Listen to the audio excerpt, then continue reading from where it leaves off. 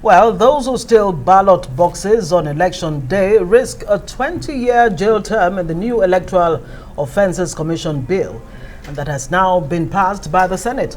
Also established is the National Electoral Offences Commission. Well, Arise Political Editor Sumner Sambo reports. Senate says the passed Electoral Offences Commission Bill is a landmark legislation that will help to strengthen Nigeria's electoral system. It prescribes a 20-year jail term for any citizen that is caught snatching a ballot box or election materials. The bill also recommends at least 5 years imprisonment or a fine of at least 10 million naira or both for any officer or executives of any association or political party that engages in electoral fraud. It will go a long way in sanitizing the electoral process.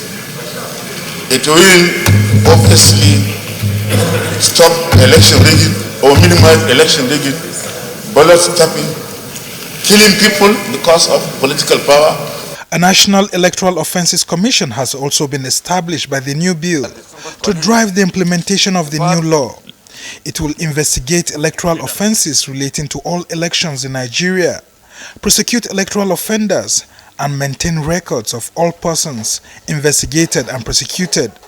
I would like for us to also add there who shall not be a member of a political party. No. For this particular one, for the chairman, because he's going to be prosecuting people in all parties. Yes, so he ought not to be. So let's put it in the law. This is one sure way of keeping offenders responsible and accountable for their actions. We believe that this will sanitize our electoral system and process, and we believe that INEC and indeed the state independent electoral commissions will be able to conduct their elections free of violence. If this act is signed by the President, then I believe that 2023 election will be free, fair, and credible. A 10 years jail term also awaits any person who sells his or her voter's card or is in possession of any voter's card bearing the name of another person, or prepares and prints a document or paper purporting to be a register of voters or a voter's card. Also, at least 15 years imprisonment awaits any judicial officer or tribunal member who corruptly perverts electoral justice during or after an election. The passage of the bill in the House of Representatives is still being awaited before it is sent to President Muhammadu Buhari for assent. Sumner Sambo, Arise News. All right, we're now joined by our political editor, Sumner Sambo. Thank you so much, Sumner, for joining us. Okay, let's maybe we should start with that report. Very, very important and great one there. Well, is ballot box snatching the most grievous offense against the electoral process? With 20 years, that seems to be the highest. Yeah, I mean, it's a landmark legislation, and the lawmakers have been audacious because, I mean, we've tried over the years to actually have this piece of legislation and it's been very difficult. So it's a very good one for the lawmakers, and they try to make a point with the ballot box snatching because that used to dominate our elections until this gradual transition that we've started saying from 2015, using card readers to authenticate voters and then also to verify their voters card and all of that. And so that gradual transition has seen, a reduction in ballot box snatching, but nonetheless we're still using a lot of manual system of voting, which will still be there even eventually if we still adopt electronic voting, because once there's electronic failure you have to resort to that. But the idea is to actually send a very strong message, and that's why you could see that message being sent. If you snatch a ballot box, remember how it started during Atahiru Jega's time when he was the INEC national chairman, where he has said that once you snatch a ballot box, the polling unit there would have its results cancelled.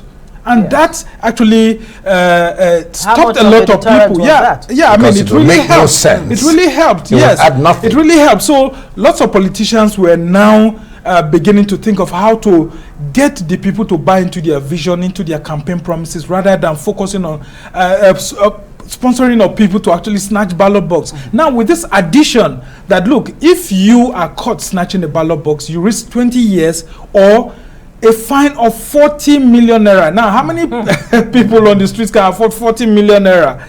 So I think these are some of the steps that will help to deter. And it's not just people on the streets. You can see even any member of staff of the judiciary, whether it's a judge or it's a tribunal member get involved in that. There are series of punishments, limiting measures, even against politicians themselves. It's a landmark legislation. Kind of jump the gun.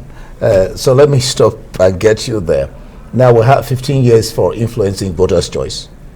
10 years for any electoral official who willfully, that's it's kind of hazy, who willfully prevents any person from voting. 10 years for selling of voters card, and then, like you've said, 20 years for anyone who snatches ballot boxes. Fill us in with the rest. Yes. And I'm concerned about that willfully. What will it connote? Well, let's even start with the issues of people actually selling their votes. On election day, you've seen the trends now. Vote buying, where you have a willing buyer and a willing seller.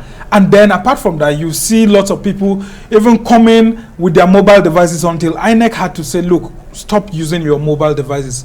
What usually happens is that to authenticate that money that they collected from the politician, they will actually go with their mobile phone so that they will snap who they voted for and then show it. Now, these steps that have been taken are actually measures that will help to curtail both the person inducing those to actually sell their votes and those who have the capacity to sell their votes. And you look at it, both the buyer and the seller. And the most important thing here that we've heard is that you could see the lawmakers arguing that whoever is going to head this commission has to be a non-partisan individual, someone who has the right kind of pedigree to be able to pursue these cases, because actually these powers were domiciled in INEC, but over the years we've seen INEC having these powers and unable to prosecute people who have executed this. Does this recommend the process of appointing this commissioner that has to be above board? Yes, I mean, the processes are there, and then the processes that, it has to be someone of high pedigree, someone who's non-partisan, a lot of people, both from the media, from the civil society, a lot of people who are acceptable to society, that they do not have any partisanship that will determine the outcome. And apart from that, funding is an issue. The National Assembly has carefully worded this piece of legislation in such a way that it will be difficult for the federal government not to fund them. But the thing is that we've also seen that even INEC, that's on a first-line charge, has had funding challenges in the past. So it's left to be seen whether the federal government will give them the necessary support that's needed to ensure that they do not have challenges with hiring the right lawyers to help them prosecute these people. And the politicians should not allow the system to be corrupted too. The politicians, because they can appoint the right persons, and all of a sudden, even these lawmakers who are making the law want to influence the system, and it becomes difficult for the commission to talking about implementation. All right, thank you so much, Sumner Sambo there.